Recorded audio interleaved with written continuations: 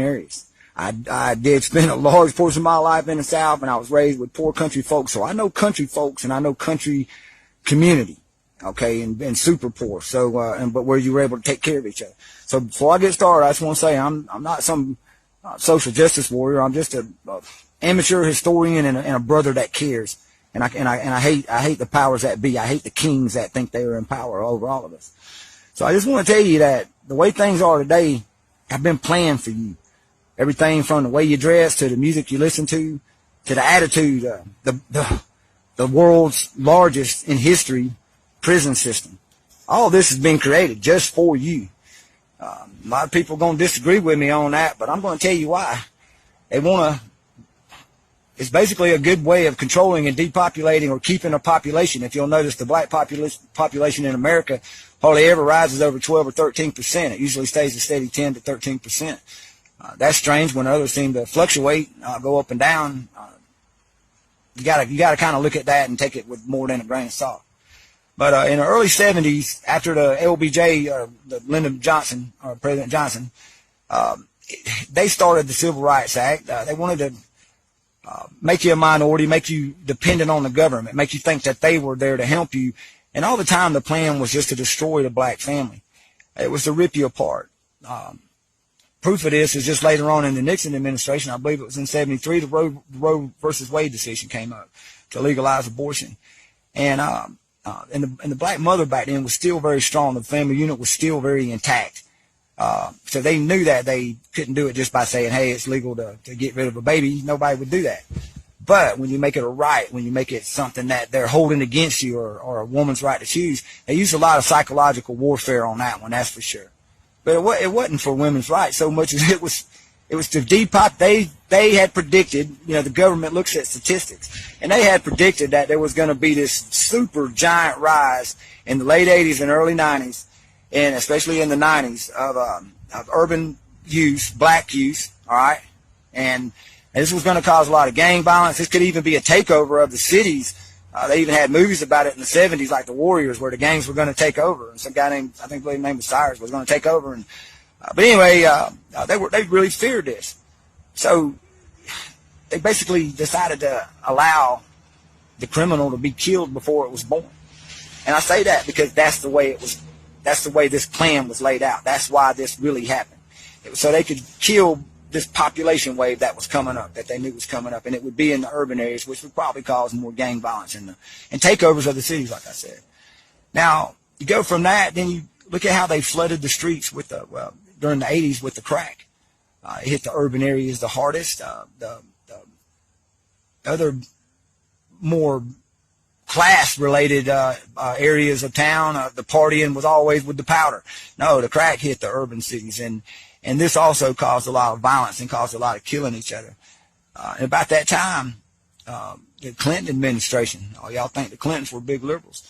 The Clinton administration was trying to figure out a way of marking you as a criminal, as having a thug mentality. So probably starting around 91, I believe, they started to infiltrate the prison system, especially I believe in Cochran, California, and they started making that popular. Matter of fact, I hate to tell you, brothers, this, but many of y'all have been infiltrated by the CIA and the FBI to promote a lot of things. The music, but anyway, the bust and the sag and the flat brim hat, the Nikes. The Nikes. Look how many people get murdered over Nikes. Now, that's just a thing, but it's also a marker. This would show a fashion that would lean towards a thug mentality. So they could actually mark you in the street and see you. They wouldn't have to ask your ID. They could just say, hey, that guy's most likely, because they go by statistics, is most likely to be a thug. He thinks like that. He dresses like that. So apparently he is like that. That way they could come after you. And guess what? When you're holding your britches, you can't really run. So part of that was to make it a little bit easier to capture you. So if you did try to run, or it would probably make you more likely to stand and just face the officer thinking you might get away with it because you're not doing nothing.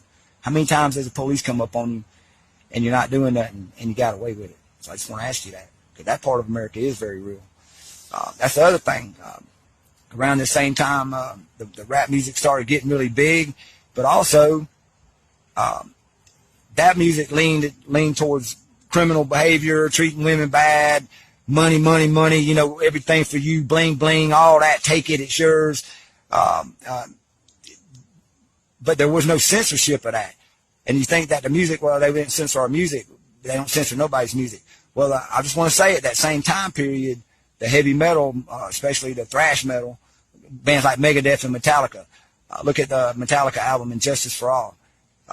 It's about the New World Order, about how the shadow government takes us, how all the things about the government.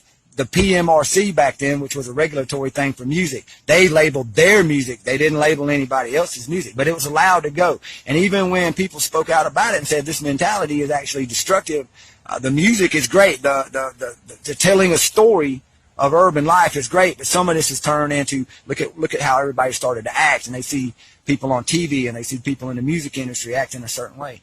This also caused a lot of murder, a lot of gang violence, a lot of killing of each other. They have you killing each other is the whole point I'm trying to tell you, brothers. This is planned on you through fashion, through music, through social media, through the television, through laws, through the prison system. They got you thinking that, some of you fellas thinking that it's cool to go to prison, like you're going to go get your mark and that's going to show that you're tough. They give you all these things to die for. I die for my dogs. I die for my brother. I die for my gang. I die for my people. But they never tell you nothing to live for, brothers. Oh my God, I hope you can see the evil in that. They took away teaching you anything about real life, mothering of the woman, the being the sister, being the man of the house. And it's all to get something, money and hoes, having all the women you can have, just doing this, that, and the other. And look it, they took the man out of the home. I told you before, in 1964, when the government said they was helping you, which is actually when they started to destroy you, the black family was 78% intact. And today it's 7% intact. And you're just, and the black people are just right behind, like the white people in abortions, but you're only 13% of the population. So that's way more. See what I'm saying? You got now you times it like by 6. That's how many more of your, what you want to say, your people. And I don't care about labels, y'all. I get labeled and I don't care. What I am is a brother that knows the truth about your history. Let's just say since the 60s. I'm not going to go way back. See, that's the other thing. They don't teach you nothing in school except for about the bad things of history. Except for about the bad things of history. They don't teach you in school about how the original man, the original civilization, the kings of old. I mean, they never teach you that part. They take away the people that build nations, build black nations like they did to Gaddafi. Look what they did to that man in Libya. So they keep you down this way by making you fight each other. Now, that's the biggest point that I'm going to make to you right now. They have you doing their dirty work for you. So please research why they popularized busing and sag. Please research why the rap music was allowed to stay violent towards women and criminal towards getting money for drug deals. Please research we are the largest prison system in the world and about 80% black. And down in the South, it's like 85 to 87% black. Look at the inner city murder rates and look at how it applies to you. And look how they also got white America fearing the thug mentality, but having you thinking that's your culture and that's your style and that's the way we're going to be. So they keep enemies just through fashion and music. Just through fashion and music, which actually should be things of beauty. Fashion was supposed to be showing yourself out. And music's supposed to calm the savage beast or be a release and expression of who you are and how you feel. That part of that music was amazing. Amazing. But they allowed the twist. They pay a lot of your brothers off. They pay a lot of your brothers off, and y'all know it. And when other brothers stand up in the modern day, like Tupac Shakur, they got shot down. When Michael Jackson even stood up, he killed himself in his bed, or he was demonized. You see what I'm saying? Anybody that tries to tell you the truth, that's in that world you're living in, they get killed. And guess what? It gets killed through violence. And they promote violence. You didn't do this. This isn't what you made for yourself. This was made for you. So please see that. Take back your culture.